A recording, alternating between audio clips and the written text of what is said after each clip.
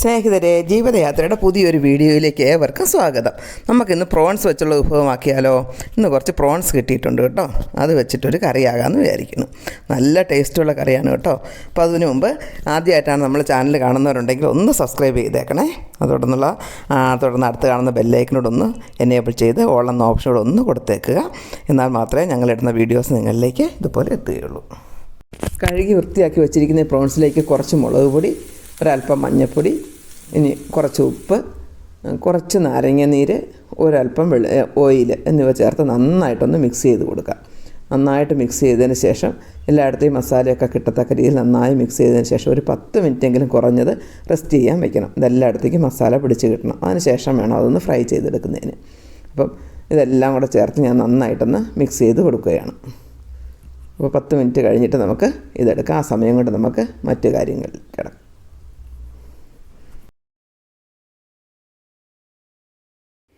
ഇനി ഒരു പാൻ അടുപ്പത്ത് വെച്ച് അതിലേക്ക് കുറച്ച് ഓയിൽ ഒഴിച്ച് ഒരല്പം കടുക് ഇട്ട് പൊട്ടിക്കുകയാണേ. ഈ കടുക് നന്നായിട്ട് പൊട്ടി വരുമ്പോഴത്തേക്കും അതിലേക്ക് കറിവേപ്പിലയും ഇഞ്ചി വെളുത്തുള്ളി പേസ്റ്റ് ഇട്ട് കൊടുക്കുകയാണ്. അതിൻ്റെ കൂടെ തന്നെ അതൊന്ന് ഇളക്കിയതിന് ശേഷം ഒന്ന് ഇളക്കി യോജിപ്പിച്ചതിന് ശേഷം അതിലേക്ക് ഒരു 2 പച്ചമുളക് കീറിയതും കൂടി ഇട്ട് കൊടുക്കുക. അതൊന്ന് ചെറുതായി വാടി വരുമ്പോഴേക്കും നമുക്ക് ഒരു 10-25 ചെറിയ ഉള്ളി സ്ലൈസ് ചെയ്ത് വെച്ചിട്ടുള്ളതാണ്, അതിട്ട് കൊടുക്കണം. ചെറിയ ഉള്ളിയാണ് കേട്ടോ ടേസ്റ്റ്. മറ്റേതാകുമ്പോഴത്തേക്ക് ഇത്തിരി മധുരമൊക്കെ ആയിരിക്കും. പൊളിച്ചെടുക്കാൻ ഇത്തിരി ബുദ്ധിമുട്ടാണെങ്കിലും ചെറിയ ഉള്ളി തന്നെ ചേർക്കുന്നതാണ് നല്ലത്. കിട്ടിയില്ലെങ്കിൽ സവാള ചേർക്കുക. ഇനി ചെറിയ ഉള്ളിയുടെ കൂടെ തന്നെ ഞാൻ കുറച്ച് സവാള കൂടെ ചേർക്കുന്നുണ്ട്. ഇതൊരു 2-3 മിനിറ്റ് സമയം നന്നായി വഴറ്റിയെടുക്കാം. ചെറു തീയിലിട്ട് നന്നായിട്ട് വഴറ്റിയെടുക്കുകയാണ്. അപ്പോൾ ഒരു 3 മിനിറ്റ് സമയത്തോളം നമുക്കിങ്ങനെ വഴറ്റിയെടുക്കേണ്ടതായിട്ടുണ്ട്. ഉള്ളി ഏകദേശം വന്ന് കഴിയുമ്പോഴത്തേക്കും നമുക്ക് മറ്റൊരു പാൻ അടുപ്പത്ത് വെച്ച് നേരത്തെ റെസ്റ്റ് ചെയ്യാൻ വെച്ചിരുന്ന ഇതുണ്ടല്ലോ പ്രോൺസ്, അതിനെ ഒന്ന് ഫ്രൈ ചെയ്തെടുക്കണം. ഒരു വെളിച്ചെണ്ണ ഒഴിച്ച് കൊടുത്തു. ചൂടായി വരുമ്പോഴത്തേക്കും അതിലേക്ക് പ്രോൺസിനെ നിരത്തി കൊടുക്കാം. അപ്പോൾ ഇതൊന്ന് ഫ്രൈ ആയി കിട്ടണം. ഒരു 5-6 മിനിറ്റ് സമയത്ത് എടുക്കും. എന്തായാലും ഒരു വശം മൂത്ത് കഴിയുമ്പോൾ ഒന്ന് തിരിച്ചിട്ട് കൊടുക്കണം. അങ്ങനെ അതൊന്ന് നന്നായിട്ട് ഫ്രൈ ചെയ്തെടുക്കാം.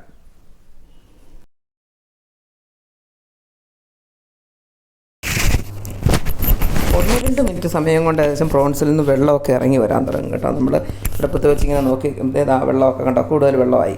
ഇത് എണ്ണ പിന്നീട് തന്നെ ഒഴിച്ചതല്ല, അതിനകത്ത് വെള്ളം ഇറങ്ങി വന്നതാണ്. ഇത് കുറച്ച് സമയം കഴിയുമ്പോഴത്തേക്കും നന്നായിട്ട് ഫ്ലെയിം കിട്ടി കഴിയുമ്പോഴത്തേക്കും വറ്റിക്കോളും.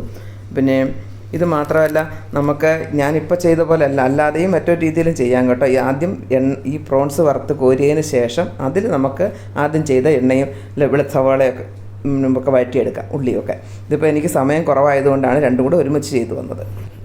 ഈ സമയം തന്നെ നമ്മുടെ ഉള്ളിയിലേക്ക് ആവശ്യമായ മസാലകൾ ചേർത്ത് കൊടുക്കാം. മഞ്ഞൾപ്പൊടി ചേർത്തു, കുറച്ച് മുളക് പൊടി, കുറച്ച് മല്ലിപ്പൊടി. ഇതൊക്കെ നിങ്ങളുടെ ആവശ്യം അനുസരിച്ച് ചേർത്തോണ്ട്, നിങ്ങളുടെ ടേസ്റ്റിനും എരിവിനും അനുസരിച്ച്. ഞാൻ പ്രത്യേകിച്ച് അളവൊന്നും പറയുന്നില്ല. ഓരോ സ്പൂൺ, ഞാനിപ്പോൾ 1/2 സ്പൂൺ 3/4 സ്പൂണൊക്കെ വീതമാണ് ചേർത്തത്. 1/4 ടീസ്പൂണോളം മഞ്ഞൾപ്പൊടിയൊക്കെയാണ് ചേർത്തത്. ഇനി ഇതിലേക്ക് കുറച്ച് കുരുമുളക് പൊടിയും കുറച്ച് ഗരം മസാലയും കൂടെ ചേർക്കുന്നുണ്ട്. ഇത് രണ്ടും കൂടെ ചേർത്ത് നന്നായിട്ടൊന്ന് ലോ ഫ്ലെയിമിലൊന്ന് വഴറ്റിയെടുക്കുക. ഇനി കുരുമുളക്, ക്രഷ് ചെയ്ത കുരുമുളകാണ് കേട്ടോ, നന്നായിട്ട് പൊടിച്ചതല്ല, അതും കൂടി ചേർത്ത് കൊടുത്തു.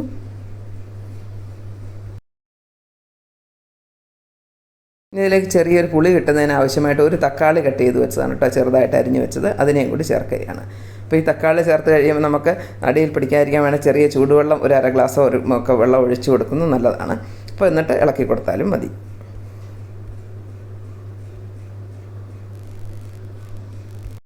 ഒരു 1/4 കപ്പിനടുത്ത് വെള്ളം ഒഴിച്ചു കൊടുത്തിട്ടുണ്ട് ഞാൻ. അപ്പോൾ ഇനി ഇത് കുറച്ച് സമയം ഒന്ന് അടച്ചു വയ്ക്കാം. തക്കാളിയൊക്കെ ഒന്ന് വെന്ത് കുഴഞ്ഞ് കിട്ടട്ടെ.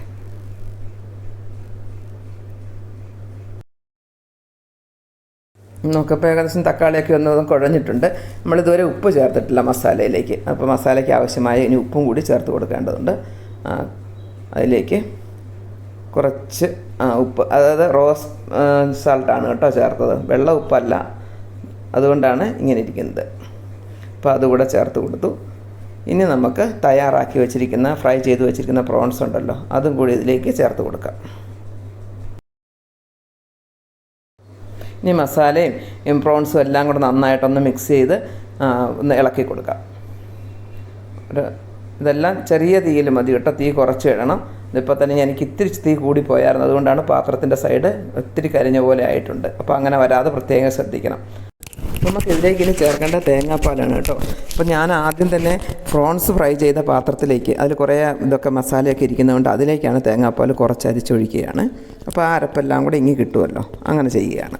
അപ്പോൾ ഇനി ഇതിൽ കുറച്ച് കറിവേപ്പിലയോടെ, കുറച്ചധികം കറിവേപ്പിലയോടെ ചേർക്കണം. അപ്പം നന്നായിട്ട് കറിവേപ്പില ഉണ്ടെങ്കിൽ നന്നായിട്ട് തന്നെ ചേർത്തോളൂ കേട്ടോ, കുറച്ചധികം.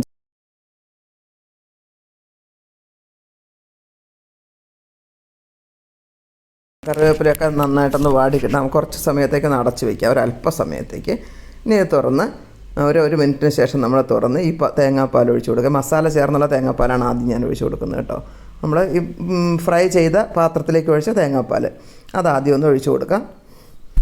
അതിന് ശേഷം കുറച്ച് തേങ്ങാപ്പാൽ കൂടെ മാറ്റി വെച്ചിരുന്ന പാലുണ്ട്, അതും കൂടി ചേർത്ത് കൊടുക്കാം.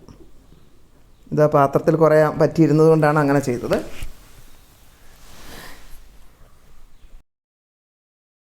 ഇനി ബാക്കി പിഴിഞ്ഞ് വെച്ചിരിക്കുന്ന തേങ്ങാപ്പാലൂടെ അരിച്ചൊഴിക്കുകയാണ്.